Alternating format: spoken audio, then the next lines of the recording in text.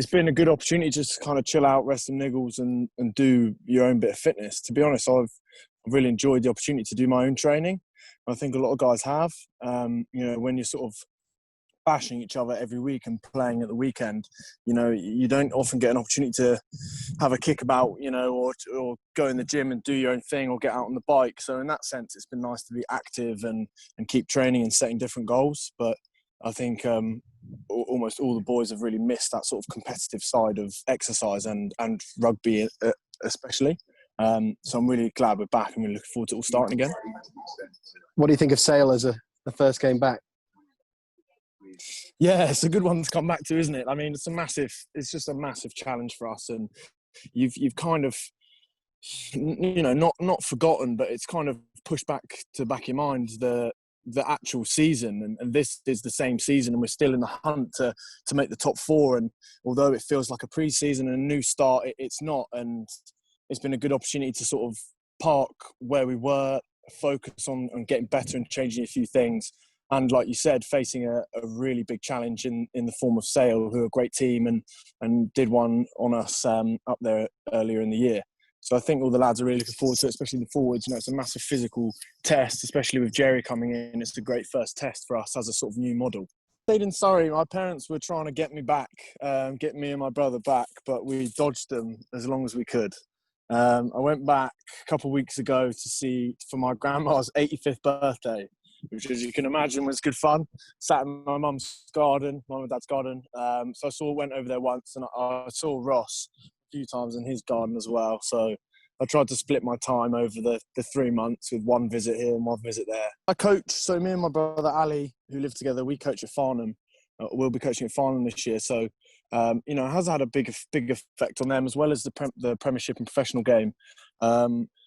It's just kind of knocked it back and just shown that, rugby's not invincible, and you can't be, at any level spending money willy-nilly, especially for a club like Farnham, shift a lot of money on match day, I'm told, through pints and the community stuff and that thing. It just sort of hits home why rugby is important.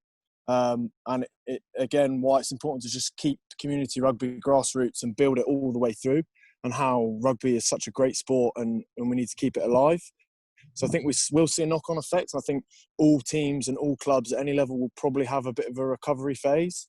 I think, especially the guys at Farnham, who I can speak for, they're really excited to be getting back and actually taking part in the game they love.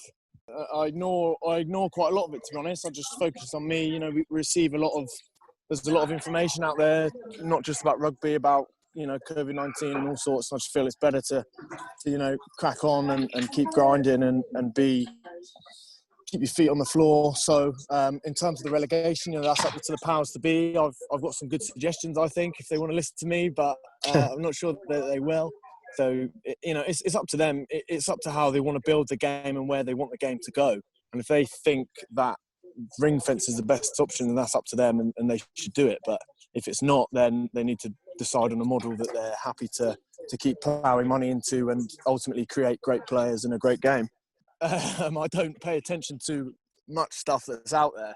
It was just a case of sit and wait and see. And I think, everyone was desperate to get it back, not only the players, but the union and the clubs and PRL. So everyone's keen to get it back on and get going. And to me, to be honest, it doesn't matter when we finish it, and it doesn't matter when the season starts and finishes, just as long as we're creating a good sport and a good game.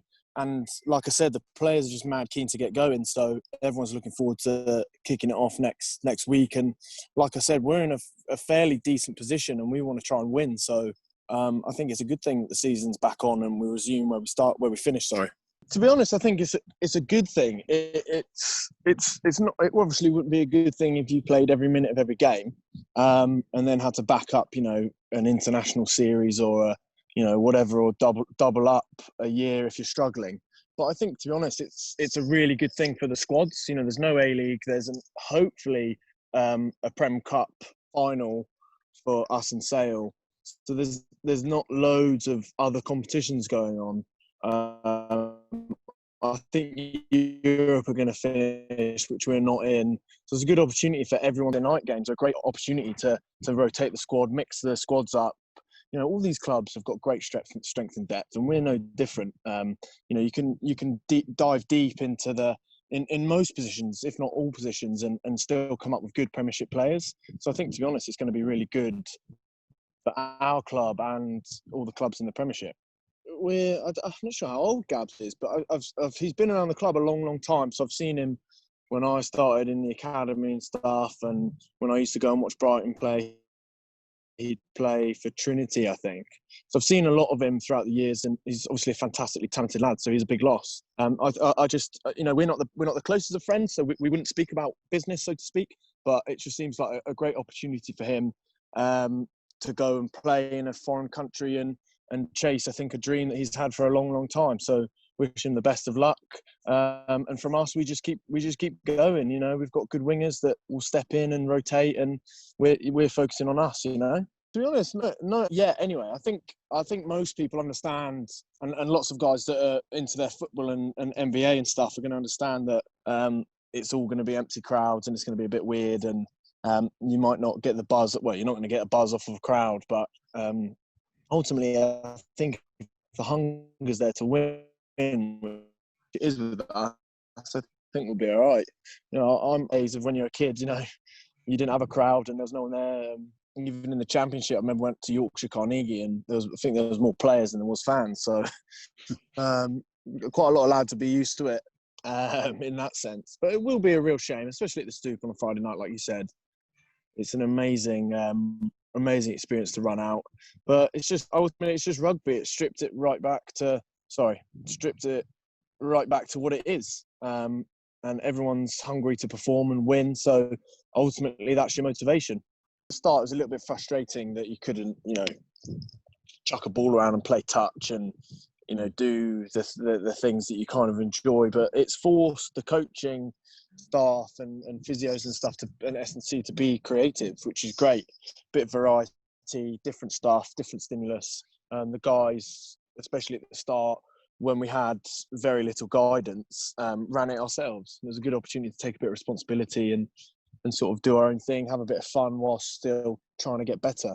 And now it's almost back to normal, to be honest, that you wouldn't notice a great deal of difference if you turned up, this time last year to now, to be honest. So I think all the lads, like I said before, that everyone's excited to be back. So it's been absolutely fine, and they're just raring to go. I'll be walking around, and obviously Dom's on the call. I was like, "Do you remember George Merrick?" He's like, "Yeah, of course I do. I've been here for like 3 years." And I was like, "Oh yeah." You just forget who's in and who's out.